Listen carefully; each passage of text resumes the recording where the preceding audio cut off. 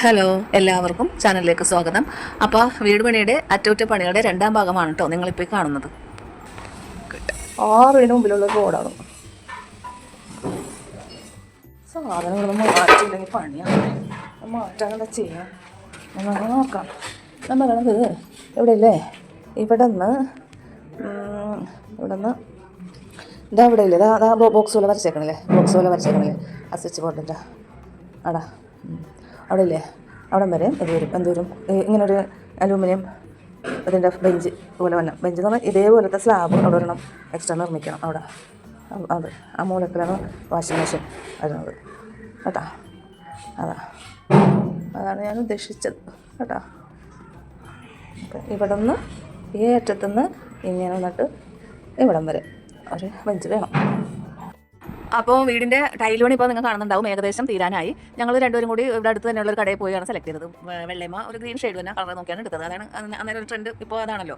അത് നല്ലതായിരുന്നു കേട്ടോ, ഇട്ട് കഴിഞ്ഞപ്പോൾ നല്ലതായിരുന്നു. പിന്നെ നമ്മൾ ടൈലിട്ടപ്പം നമ്മളിത് ആരെ ഏൽപ്പിച്ചൊന്നുമില്ല, കോൺട്രാക്ടറിനോ അല്ലെങ്കിൽ മേസ്തിരി അങ്ങനെ ഒന്നും ഉണ്ടായിരുന്നില്ല. ടൈൽ പണി നമ്മൾ നേരിട്ട് ബീഹാറികളെ കണ്ട് എത്തിയായിരുന്നു. നമ്മൾ ഓരോ ജംഗ്ഷനിലൊക്കെ അവർ ഇരിപ്പുണ്ടാവില്ല. അപ്പോൾ അതിലൊരു മേസ്തിരി ഉണ്ടാവും. അപ്പോൾ അവരെ നേരിട്ട് തന്നെയാണ് നമ്മൾ ആ പണി കൊടുത്തത്. അതുകൊണ്ട് നമുക്ക് അതിൽ കുറച്ച് പൈസ ലാഭിക്കാൻ കഴിഞ്ഞു. ടൈൽ പണി അതുകൊണ്ട് നമ്മൾ പറഞ്ഞതിൽ സ്പീഡിൽ അവർ വേഗം പണി തീർത്തു. ഈ ടൈൽ പണി നടത്തിയപ്പോൾ നമുക്ക് അതിൽ ഇടനിലക്കാരായിട്ട് ആരും ഉണ്ടായിരുന്നില്ല കേട്ടോ. നിങ്ങൾ പണി നടത്തുമ്പോൾ നിങ്ങൾക്ക് അങ്ങനെ ചെയ്യാം. കാരണം നമ്മൾ ഓരോ ജംഗ്ഷനിലും ഇതെല്ലാ പണിക്കാരും ഇരിപ്പുണ്ടാവും. അപ്പോൾ നമ്മളവിടെ ചെന്ന് നോക്കുമ്പോൾ ടൈൽ പണിയിലുള്ള മേസ്തിരിയും ടൈൽ പണിക്കാരും ഒക്കെ ഉണ്ടാവും. അപ്പോൾ അവരെ തന്നെ നമ്മൾ നേരിട്ട് കണ്ട് സംസാരിച്ച് ഒരു തുക ഡീൽ പറഞ്ഞാണ് നമ്മൾ ചെയ്യാൻ തുടങ്ങിയത്. അത് നല്ല ഭംഗിയായിട്ട് അവരെല്ലാം ചെയ്തു തരികയും പറഞ്ഞ പൈസയിൽ ഒരു 10 പൈസ കൂടുതൽ മേടിക്കുകയും ചെയ്തില്ല. അവർ പറഞ്ഞാലും സ്പീഡിൽ പണി തീർത്തു തരികയും ചെയ്തു.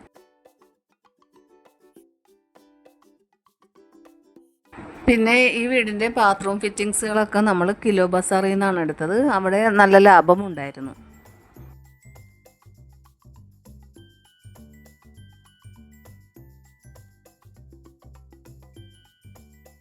പിന്നെ നിങ്ങളിപ്പോൾ കാണുന്നില്ലേ, ഈ അടക്കളയും ഒരു കുഞ്ഞു വർക്ക് ഏരിയ, ഒരു ഇടനാഴി വിട്ട വർക്ക് ഏരിയ ഉണ്ടായിരുന്നില്ലേ, അതിൻ്റെ ഇടനാഴിയിലുള്ള മതിലങ്ങ് പൊളിച്ചു കഴിഞ്ഞാൽ അതൊന്നാക്കി അങ്ങനെ അടക്കള കുറച്ച് വലുതാക്കി. അപ്പോൾ സൗകര്യമായി. പിന്നെ നമുക്കിവിടെ വെള്ള ടാങ്ക് ഉണ്ടായിരുന്നില്ല. അതിന് വേണ്ടിയിട്ട് നമ്മൾ ഇവിടെ റെഡിമെയ്ഡ് വെള്ള ടാങ്ക് മേടിച്ച് അതിനുള്ള കുഴി അവരൊന്ന് എടുക്കുകയാണ്. ഇവിടെ സത്യം പറഞ്ഞാൽ ഇവിടെ കാണുന്ന ഒരു ബോക്സ് ഇരിക്കുന്നില്ലേ, അതേപോലത്തെ ഒരു ബോക്സ് പോലത്തെ ഒരു സൈഡിൽ കൊടുത്തിട്ടുണ്ടായിരുന്നുള്ളൂ. അപ്പോൾ അതിൽ വന്ന് വെള്ളം നിറയും, മേളിലേക്ക് പിടിച്ച് ടാങ്കിലേക്ക് കയറ്റും. അങ്ങനെയായിരുന്നു. അതൊരു ഹൈജീനിക്കും ഉണ്ടായിരുന്നില്ല, തുറന്ന് കിടക്കണമായിരുന്നു, ഒരു തകര മൂടി വെച്ചേക്കണമായിരുന്നു. അപ്പോൾ അതൊക്കെ നമ്മൾ ചെയ്യേണ്ടി വന്നു. പിന്നെ ഇതിൽ ഏറ്റവും വലിയ കോമഡി ഒരു കാര്യം കൂടി പറയാം. മലയാളികളായി നമ്മൾ ഓൺലൈനിൽ കണ്ട പെയിൻ്റ് അടിക്കാരെ സമീപിച്ച് അവർ വന്ന് വളരെ ഭയങ്കര തിരക്കൊക്കെ ആയിരുന്നു അവർക്ക് വരാനൊക്കെ. വന്ന് കണ്ട് ഈ വീടിന് മൊത്തം പെയിൻറ്റ് ഓടിച്ചിട്ടൊന്ന് അടിക്കണം എന്ന് പറഞ്ഞപ്പോൾ അവർ പറഞ്ഞത് അതിനെന്താ ചെയ്യാം, ഞങ്ങൾ നോക്കട്ടെ എന്ന് പറഞ്ഞ് വന്ന് നോക്കി എന്നിട്ട് തുക പറഞ്ഞപ്പോൾ ഞാൻ ബോധം കെട്ട് വീണില്ല എന്നേ ഉള്ളൂ. കാരണം 1 ലക്ഷം രൂപ പെയിൻ്റ് അടിക്കും, 10,000 രൂപ പെയിൻറ്റ് അടിക്കാൻ സാധനങ്ങൾ അവർ മേടിക്കണമെങ്കിൽ എക്സ്ട്രാ കാശ്. അങ്ങനെ 1,10,000 രൂപയാണ് അവർ പറഞ്ഞത്.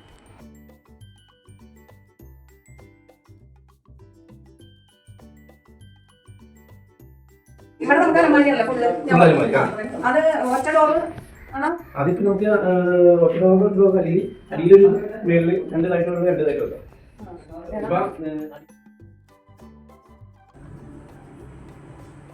നമുക്ക് ഒരു ഈ ഇരുമ്പുണ്ടല്ലോ, ഇതിങ്ങനെ ഒറ്റൊരു പോവാ ആട്ടോ. മേളിൽ വേണമെങ്കിൽ ഗ്ലാസ് കൊണ്ട് ഇതിങ്ങനെ തന്നെ ഒരു പാറ്റേൺ വരും. സാധാരണ അത് മേളിൽ നിന്ന് വേറെ കൊടുക്കാനുള്ളത്.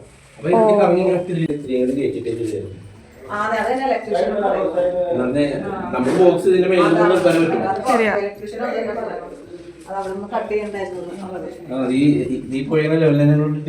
പിന്നെ ഈ പച്ച കളങ്ങളെ ഷർട്ടിട്ട് പെയിന്റ് അടിക്കുന്ന സുനിൽ ഭായ് ബീഹാറിയാണ്. പക്ഷെ നല്ല മനുഷ്യനായിരുന്നു കേട്ടോ. അദ്ദേഹമാണ് നമുക്ക് ടൈൽ പണിക്കാർ തന്നെ ഏർപ്പാട് ചെയ്ത് തന്നു. കാരണം നമുക്ക് ഏകദേശം 10-15 ദിവസത്തിനുള്ളിൽ പെയിന്റ് അടി തീർക്കുകയും വേണം. അപ്പോൾ അവർ തന്നെ ഒരാളെ എവിടെയോ ചേർത്തലയിൽ കിടന്ന സുനിൽ ഭായിനെ അവിടെ നിന്ന് അവർ ഈ ടൈൽ പണിക്കാർ പാവം അവരിവിടെ കൊണ്ടുവന്ന് അവർ തന്നെ ഒരു റൂം സജ്ജീകരിച്ചൊക്കെ അവരുടെ താമസ സ്ഥലത്ത് കൊടുത്തേച്ച് സുനിൽ ഭായിക്ക് അത്രയും നല്ല പെയിന്റ് അടിക്കാനായതുകൊണ്ടാണ് അങ്ങനെ നല്ല വർക്കുണ്ട്. അപ്പോൾ ഇവിടെയൊക്കെ വരലുണ്ടെന്ന് പറഞ്ഞായിരുന്നു. അങ്ങനെ ആ മനുഷ്യനും 8 മണി വരെ നിന്ന് പണിയെടുത്തിട്ടാണ് പോകല്. നല്ല രീതിക്കാണ് പെയിന്റ് അടിയും വർക്കൊക്കെ. അത് പെയിന്റൊക്കെ നഷ്ടപ്പെടുത്താത്ത വിധത്തിലാണ് കടയിൽ നിന്ന് മേടിപ്പിക്കുള്ളൂ. തീരുന്നതനുസരിച്ച് മതി എന്ന് പറയും. അങ്ങനെ അതും ഒരു ബീഹാറിയായിരുന്നു. അവർ നന്നായിട്ട് പണിയെടുത്ത് ആ ഒരു മനുഷ്യനും ഒരു സഹായി കൂടുതൽ ഈ സുനിൽ ഭായിയാണ് നിന്ന് പെയിന്റ് അടിച്ചത്. അത് നല്ല ഭംഗിക്ക് നമ്മളെ കാണിച്ച് ഇങ്ങനെ മതിയാ ഓരോ ഇതും ചോദിച്ചറിഞ്ഞൊക്കെയാണ് നമ്മുടെ ഇഷ്ടങ്ങളൊക്കെ ചോദിച്ചറിഞ്ഞാണ് പെയിന്റ് അടി നടത്തിയത്. അതും നല്ല ലാഭത്തിന് തന്നെ ചെയ്ത്. എനിക്ക് മനസ്സിലാകാത്തത് മലയാളികൾ വന്ന് കണ്ടിട്ട് 1 ലക്ഷം രൂപ പറഞ്ഞതാണ് എനിക്ക് മനസ്സിലാകാത്തത്. ഞാനെന്തായാലും ആ ഓൺലൈൻ സൈറ്റിൻ്റെ പേര് ഇവിടെ പറയുന്നില്ല. ഇങ്ങനെ മലയാളികൾ പരസ്യം ഇട്ടേച്ചും നമ്മൾ വിളിച്ച് ഈ സാധാരണ നമ്മൾ ഇടത്തരം കുടുംബക്കാർ ഇങ്ങനെ ഒരു വേഗത്തിലൊന്ന് പെയിന്റ് അടിക്കണം എന്ന് പറയുമ്പോൾ അതിന് ഇത്രയും ലക്ഷമൊക്കെ പറയാമെന്ന് പറഞ്ഞാൽ ഇവർ എങ്ങോട്ടാണ് ഈ പെയിന്റ് അടിക്കാരൊക്കെ പോകണമെന്ന് ഞാൻ ആലോചിക്കുന്നത്. അപ്പോൾ ഇതുപോലെയും ആളുകൾ കണ്ട് ആത്മാർത്ഥമായിട്ട് പണിയെടുക്കാൻ ബംഗാളികളും ബീഹാറികളും ഉണ്ടെന്ന് തന്നെ അർത്ഥം. പഴയ വീട് ആയതുകൊണ്ട് തന്നെ ഈ പഴയ പെയിന്റ് എല്ലാം ഉരച്ച് ഒരു 2-3 ചാക്കിലുണ്ടായിരുന്നു ആ പെയിന്റ് ഉരച്ചൊരച്ച്. സത്യം പറഞ്ഞാൽ ഞാൻ വിചാരിച്ചു ഇവർ എന്തിനാണ് ഇങ്ങനെ ആത്മാർത്ഥത്തിൽ പണിയെടുക്കണേന്ന് തന്നെ ഞാൻ വിചാരിച്ചു. കാരണം അത് അത്രയും അവർ നിന്ന് ഉരച്ച് പഴയ പെയിന്റിന്റെ അംശം എല്ലാം കളഞ്ഞതിന് ശേഷമാണ് അവർ പുതിയ പെയിന്റൊക്കെ അടിച്ചത്.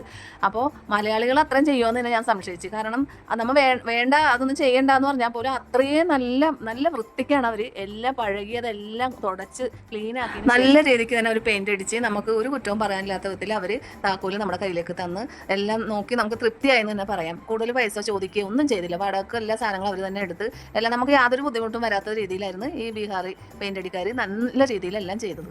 അങ്ങനെ ഇരിക്കുമ്പോൾ ഒരു 1-ാം തീയതി രാവിലെ ഞാൻ അന്ന് വീട് പണി നടക്കണോട്ടേക്ക് വരേണ്ട ആവശ്യമൊന്നും ഉണ്ടായിരുന്നില്ല, നോക്കേണ്ട ആവശ്യമൊന്നുമില്ല എന്നൊക്കെ വിചാരിച്ചിരിക്കുമ്പോഴാണ് രാവിലെ ഒരു 7:30 മണിയായപ്പോഴത്തേക്കും എനിക്ക് ഫോൺ കോൾ വന്നത്. വിളിച്ചത് നോക്കുമ്പോൾ പ്ലംബറാണ്. പ്ലംബർ വന്ന് വേഗം ഇങ്ങോട്ട് വാ, ഇവിടെ പിന്നെ വെള്ളം ബ്ലോക്കായി നിൽക്കുന്നു, പോകുന്നില്ല ബാത്റൂമിൽ എന്ന് പറഞ്ഞു. ഞാൻ ആലോചിച്ചത് എന്താണ്, പണിയൊക്കെ തീർന്ന് ഏകദേശം തീരാനായി, ടൈൽ പണി കഴിഞ്ഞ് പ്ലംബറിൻ്റെ പണി അതും ഒക്കെ കഴിഞ്ഞ്. അങ്ങനെ ഞാൻ വേഗം ഇങ്ങോട്ട് വന്നം കണ്ടു നോക്കുന്നുള്ളത്. അപ്പോൾ പ്ലംബർ പറഞ്ഞ് വേഗം ടൈൽ പണിക്കാരനെയും വിളിക്കുക എന്ന് പറഞ്ഞു. അതായത് ടൈലിന് പിന്നെ സ്ലോപ്പ് ഇട്ടിട്ടില്ല, അതുകൊണ്ടാണ് വെള്ളം കെട്ടി നിൽക്കണേന്ന് പറഞ്ഞു. ഞാൻ വേഗം എനിക്ക് ടൈൽ പണിക്കാരൻ്റെ നമ്പർ എൻ്റെ കയ്യിലില്ല, പുള്ളിക്കാരൻ്റെ കയ്യിലുള്ളത്. പുള്ളിക്കാരനെ വിളിച്ചിട്ട് കിട്ടണമില്ല. അന്നേരം എന്തോ തലേ ദിവസം അവധിയൊക്കെ ആയതുകൊണ്ട് രാവിലെ കിടന്ന് ഉറങ്ങണേറ്റാണ് ജോലി സ്ഥലത്ത്. ഞാൻ പെയിന്റ് അടിക്കാരൻ അന്നും പോയിട്ടുണ്ടായിരുന്നില്ല. ഞാൻ പിന്നെ പെയിന്റ് അടിക്കുന്ന സുനിൽ ഭായിയുടെ കയ്യിൽ നിന്ന് മറ്റേ ടൈൽ പണിക്കാരൻ്റെ മെസ്സേജിയുടെ നമ്പർ മേടിച്ചെടുത്ത് അങ്ങനെ ഞങ്ങൾ വിളിച്ച് പുള്ളിക്കാരൻ വേഗം 10 മിനിറ്റിനുള്ളിൽ അവിടെ എത്തി നോക്കിയപ്പം പുള്ളിക്കാരൻ അപ്പോൾ പ്ലംബർ തർക്കിച്ച് ഇത് നിങ്ങൾ സ്ലോപ്പ് ഇട്ടിട്ടില്ല എന്ന് പറഞ്ഞു. പക്ഷേ ടൈൽ പണിക്കാരൻ പറഞ്ഞില്ല ഞങ്ങൾ സ്ലോപ്പ് ഇട്ടിട്ടുണ്ട്, ഇത് പിന്നെ എങ്ങനെയാണ് സംഭവിക്കുന്നത് അതാണ് പറഞ്ഞ് രണ്ടുപേരും കൂടെ അവിടെ നിന്ന് തർക്കിച്ച് അവസാനം ടൈൽ അത് അവിടെ നിന്ന് ടൈൽ ഇളക്കി മാറ്റണം എന്നുള്ളതായി. അപ്പോൾ അതേ കിടക്കണം. 1-ാം തീയതി തന്നെ നല്ല പണിയാണ് കിട്ടിയെന്ന് എനിക്ക് മനസ്സിലായി. ആ ബാത്റൂമിൽ 2 ബാത്റൂമിലും അങ്ങനെ തന്നെ സ്ഥിതി, വെള്ളം കെട്ടി കിടക്കുന്നത്. നല്ല അടിപൊളി ടൈലായിരുന്നു, നല്ല ഭംഗിയുള്ള ടൈലും നല്ല ഗ്രിപ്പുള്ള ടൈലൊക്കെ നോക്കിയാണ് മേടിച്ചിട്ടത്. അപ്പോൾ നിങ്ങൾ നോക്കണം, ചില പണിക്കാർ തരുന്ന പണി എന്ന് ഞാൻ പറഞ്ഞില്ലേ, അതുപോലെ ചില നഷ്ടങ്ങളും നമുക്ക് വന്നെന്ന് ഞാൻ പറഞ്ഞില്ലേ, അതാണ് ഈ കാണുന്നത്. 2 ബാത്റൂമിലും ഒരേപോലെ, അതും കറക്റ്റ് ഒരു 1-ാം തീയതി തന്നെ രാവിലെ കിട്ടിയ ന്യൂസും വന്ന് കണ്ട കാഴ്ചയും ആയിരുന്നു.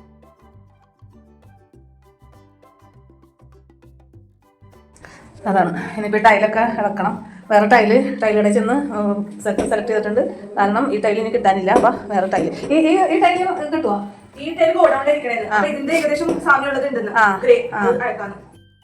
പക്ഷേ അത് ടൈൽ പണിക്കാരെ കുറ്റമാണെന്ന് എനിക്ക് പറയാൻ പറ്റില്ല. കാരണം അത് പിന്നീടാണ് എനിക്ക് മനസ്സിലായത്. ടൈൽ പണിക്കാർ വളരെ കൃത്യമായിട്ട് തന്നെയാണ് ടൈലൊക്കെ ഇട്ടത്. പക്ഷേ അതിൻ്റെ പ്രശ്നം എന്താണെന്ന് വെച്ചാൽ ആ വെള്ളം പോണ ഹോളുണ്ടല്ലോ, നമ്മൾ വേസ്റ്റ് വെള്ളം പോണ നമുക്ക് കുളിച്ചാലും കഴുകിയാലും ഒക്കെ വെള്ളം പോകില്ലേ, അതിൻ്റെ ഹോളിലുള്ള കല്ലും കട്ടയും ഒന്നും ഈ പ്ലംബർ എടുത്ത് മാറ്റിയിട്ടുണ്ടായിരുന്നില്ല. അവർ അത് ചെയ്യേണ്ടിയിരുന്നായിരുന്നു. അവർ എല്ലാം ഓക്കെ എന്നുള്ള മട്ടിൽ അതിൻ്റെ അകത്ത് സ്റ്റീലിൻ്റെ ആ ഇത് ഇട്ടിട്ടുണ്ടായിരുന്നു. ആ വെള്ളം പോകുമ്പോൾ നമ്മൾ പോണ ഭാഗത്ത് സ്റ്റീലിൻ്റെ ഇത് ഇടില്ലേ, അതൊക്കെ ഇട്ട് ഒക്കെ പശ വെച്ചും ഇതൊക്കെ വെച്ച് ഒട്ടിച്ചിട്ടുണ്ടായിരുന്നു. ഒന്നും ചെയ്യാൻ പറ്റാത്ത അവസ്ഥയിൽ ലാസ്റ്റ് ആ ടൈൽ പണിക്കാർ അപ്പം തന്നെ അവരുടെ ആയുധങ്ങളൊക്കെ എടുത്തുകൊണ്ടുവന്ന് രണ്ടാമത് നമ്മൾ തന്നെ വീണ്ടും അതെല്ലാം എടുത്ത് മാറ്റി പരിശോധിച്ച് നോക്കിയപ്പോൾ അതിൻ്റെ അകത്ത് ഒരു 1/4 കിലോ വീതം വലിപ്പമുള്ള കല്ല്, സിമെൻറ്റ് കട്ടകളും അതും ഇതൊക്കെ കിടക്കുകയാണ്. അതൊന്നും മാറ്റാണ്ടാണ് ഇതെല്ലാം ഫിക്സ് ചെയ്ത് വെച്ചേക്കുന്നത്. പിന്നെ അതെല്ലാം മാറ്റി നമ്മൾ കയ്യിൽ കവർ ഇട്ടൊക്കെയാണ് ഇവിടെ ഓരോരുത്തരും ഓരോ ഒന്നും ചെയ്യേണ്ടി വന്നത്. അങ്ങനെ നമ്മൾ വീട്ടുകാർ തന്നെ അത് ചെയ്യേണ്ടി വന്നു. അങ്ങനെ അതെല്ലാം മാറ്റി കഴിഞ്ഞപ്പോൾ ആ ബ്ലോക്ക് നീങ്ങാൻ. അപ്പോൾ നിങ്ങൾ വീട് പണിയൊക്കെ നടത്തുമ്പോൾ ഇതുപോലെയൊക്കെ ചെയ്യുമ്പോൾ നിങ്ങളത് ശ്രദ്ധിക്കണം. ഇതേപോലെ പ്ലംബറിൻ്റെ പണിക്കാരൻ അത് ചെയ്തിട്ടുണ്ടായിരുന്നില്ല, അതാണ് പറ്റിയത്. അപ്പോൾ നിങ്ങൾ ഇനി ഇതുപോലെ പണി ചെയ്യുന്നവരൊക്കെ ആണെങ്കിൽ ഇതുപോലെ ശ്രദ്ധിക്കണം. ഇല്ലെങ്കിൽ ഇതിലും നമുക്ക് നഷ്ടം സംഭവിച്ചു തന്നെ പറയാം. ചിലതിൽ ലാഭം സംഭവിക്കുമ്പോൾ ചിലതിൽ നഷ്ടം സംഭവിക്കുന്നു. അപ്പോൾ വീണ്ടും നമുക്ക് ടൈൽ നഷ്ടം വന്ന് അതെല്ലാം കുത്തിപ്പൊടിച്ചതിൻ്റെ പേരിൽ ഇപ്പോൾ അത് സ്മൂത്തായിട്ട് വെള്ളം പോകുന്നുണ്ട്. പിന്നെ ചെറിയ ഒരു പ്രശ്നം കൂടി വന്നത് എന്താണെന്ന് വെച്ചാൽ നമ്മൾ ടോയ്ലറ്റ് മേടിക്കുമ്പോൾ അതിൻ്റെ വലിപ്പവും അതിൻ്റെ ഡിസൈനും കൂടെ നോക്കണം. അതനുസരിച്ച് വേണം ആ വെള്ളം പോകുന്ന ഡ്രൈനേജ് വെള്ളം പോകുന്നത് ഏത് സൈഡിലായിട്ടാണ് വേണം എന്നുള്ളതൊക്കെ നമ്മൾ തീരുമാനിക്കുന്നത്. അങ്ങനെ കുറച്ച് പാകപ്പിഴകൾ നമുക്ക് സംഭവിച്ചായിരുന്നു. അപ്പോൾ ഇതുപോലെ വീട് പണിയുന്നവർക്കും മറ്റൊറ്റ വീട് മേടിച്ചതിന് ശേഷം ചെയ്യുന്നവർക്കൊക്കെ ഈ വീഡിയോ ഉപകാരപ്പെടുമെന്നാണ് ഞാൻ കരുതുന്നത്. ഇനി ഇതുപോലെയുള്ള കാര്യങ്ങളെല്ലാം നിങ്ങൾ ശ്രദ്ധിച്ച് വേണം ചെയ്യാനായിട്ട്. ഈ വീഡിയോൻ്റെ ബാക്കി ഭാഗം ഞാൻ അപ്ലോഡ് ചെയ്യുന്നുണ്ട്. നിങ്ങൾ സബ്സ്ക്രൈബ് ചെയ്തിടണം, എന്നാലും നിങ്ങൾക്കത് കിട്ടുകയുള്ളൂ. ലൈക്ക് ചെയ്യണം, ഷെയർ ചെയ്യണം. വന്ന പണിക്കാരിൽ പകുതിയും ഹിന്ദിക്കാരായതുകൊണ്ട് എനിക്കറിയാവുന്ന മുറി ഹിന്ദിയൊക്കെ പറഞ്ഞാണ് ഞാനും പിടിച്ചു നിന്നത്. നമ്മൾ അവരോട് എന്താണ് പറയാൻ ഉദ്ദേശിക്കുന്നതെന്ന് അവർക്കും മനസ്സിലാകുന്നുണ്ട് പണിക്കാര്യങ്ങൾ. പിന്നെ അവരിൽ പലർക്കും മലയാളം ഇപ്പോൾ നന്നായിട്ട് അറിയാം. ഈ വീട് പണിയ സ്ഥലത്ത് മുഴുവൻ സമയവും എന്നെയും എൻ്റെ ശബ്ദവും ആയിരിക്കും നിങ്ങൾ കേൾക്കുന്നത് കാണുന്നതും. കാരണം എന്താണെന്ന് വെച്ചാൽ എൻ്റെ ഭർത്താവിന് തീരെ ലീവ് കിട്ടുന്നുണ്ടായിരുന്നില്ല. രാവിലെ വെളുപ്പിന് ജോലി സ്ഥലത്തേക്ക് പോയാൽ വൈകിട്ട് 8 മണിയൊക്കെ ആകുമ്പോഴാണ് തിരിച്ചു വരാൻ സാധിക്കുന്നത്. കാരണം ആ ടൈമിൽ ഭയങ്കര ജോലി തിരക്കും ഒക്കെ ആയിരുന്നു. അതുകൊണ്ട് കൂടുതൽ സമയം എനിക്ക് തന്നെയാണ് ഇവിടെ വന്ന് എല്ലാ കാര്യങ്ങളും നോക്കി ചെയ്യേണ്ടി വന്നത്. പിന്നെ ഞാൻ ഈ വീഡിയോ എടുക്കാനുണ്ടായ കാരണം എന്താണെന്ന് വെച്ചാൽ ഡെയിലി പണി നടക്കുന്നതിൻ്റെ വീഡിയോ അയച്ചെന്ന് ഭർത്താവ് പറഞ്ഞിട്ടുണ്ടായിരുന്നേ. അപ്പോൾ പിന്നെ ഞാൻ വീഡിയോ എടുത്ത് അത് പുള്ളിക്കാരനോട് പറയുന്നതായിട്ടാണ് നിങ്ങൾക്ക് കാണുന്നത്. അപ്പോൾ അതനുസരിച്ച് എനിക്ക് ഓരോ കാര്യങ്ങളോട് പെയിന്റ് ബാലൻസ് पहले का थोड़ा और बैलेंस इधर था और एक चाक पकड़ना। 2 आदमी आया, थोड़ा सीमेंट बैलेंस आया इधर। पेंट बैलेंस पहले का थोड़ा और बैलेंस इधर था और एक चाक पकड़ना।